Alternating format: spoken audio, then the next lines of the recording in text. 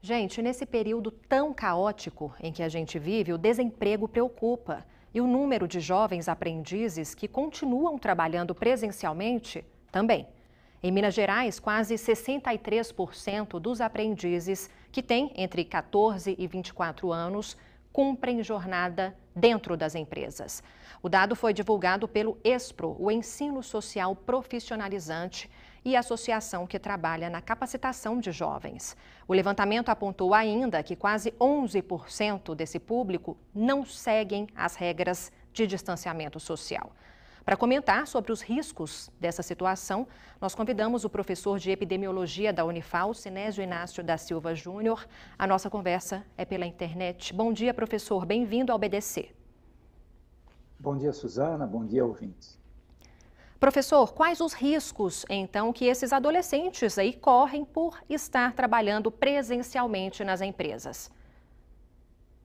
Suzana, essa faixa etária desses jovens, né, em termos de complicações da Covid, é uma das que menos risco eles próprios têm, né? Então, para a gente ter uma ideia, numa faixa de 20 a 29 anos, né, em torno de 20 anos, para a gente ter uma morte, a gente precisaria de mais de 30 mil jovens desses. O risco é o problema maior no sentido de eles serem fontes de transmissão. Eles são, como jovens, né, eles são normalmente saudáveis, mais fortes, eles tendem a ter a doença muitas vezes assintomática e na volta para suas casas, em contato com outras pessoas, né, especialmente nas suas casas, eles serem fontes da transmissão e espalhamento da doença. Professor, existe aí um conceito, né, de que os mais jovens não são de nenhum grupo de risco e que eles podem ficar mais tranquilos em relação à doença e em relação à prevenção. Isso não é verdade, né?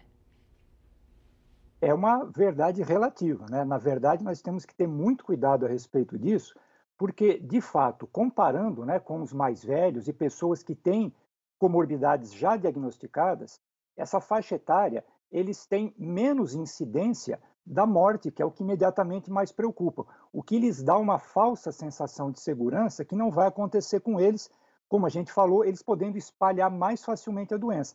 Mas mesmo assim, especialmente nesse momento, em que a gente tem a variante P1, por exemplo, que ela é mais transmissível. Então, o que está acontecendo? Quando chega uma carga viral, mesmo para esses jovens, a replicação do vírus, a infecção consegue ser a partir de uma entrada de vírus, vamos dizer assim, maior nas suas células e com uma carga viral, eles podem sim a ter complicações, né? E muitas vezes, como a gente diz, não está diagnosticada e a pessoa vai ver que tinha uma predisposição, né, para complicar e mesmo ir a óbito no momento em que já é tarde. Então, é uma falsa sensação de segurança, sem dizer, né, que qualquer morte numa faixa etária dessas, né, é extremamente dolorosa para um pai e para uma mãe. Professor, a gente tem visto, né, esse pessoal mais jovem aí ignorando as regras de prevenção, fazendo festas, aglomerações, né? Como mudar esse comportamento? Como conscientizar esses jovens? Olha, Suzana, esse de fato tem sido, né, um dos maiores desafios atualmente no controle da pandemia. Nós não temos tido, né, campanhas de propaganda, de publicidade a respeito, inclusive envolvendo, que seria muito importante, outros jovens famosos, que sejam artistas, atletas, enfim, para que esses jovens tenham uma identificação com alguém, né, vamos dizer assim, mais próximo deles, no sentido de passar essa responsabilidade. Porque, novamente, pelo fato de as complicações que podem sim acontecer e com a variante nova estão mais prováveis de acontecer nessa faixa etária, se tem uma falsa sensação de segurança e esse esgotamento da população, né, que é de todos.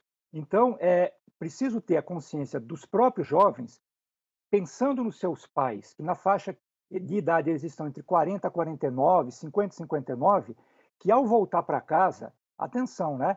O risco que um pai com 40 a 49 tem de morrer de Covid é 20 vezes maior do que um jovem desse. E se um jovem desse tem um avô, uma avó, uma bisavó, um bisavô, chega a ser 300 vezes maior o risco de um idoso desse morrer de Covid, né, em relação a esse jovem. Mas esse, de fato, tem sido o grande desafio atualmente, né, de conscientização e mudança de comportamento. É colocar a empatia e o amor ao próximo em prática, né, professor? Obrigada mais uma vez. Bom dia.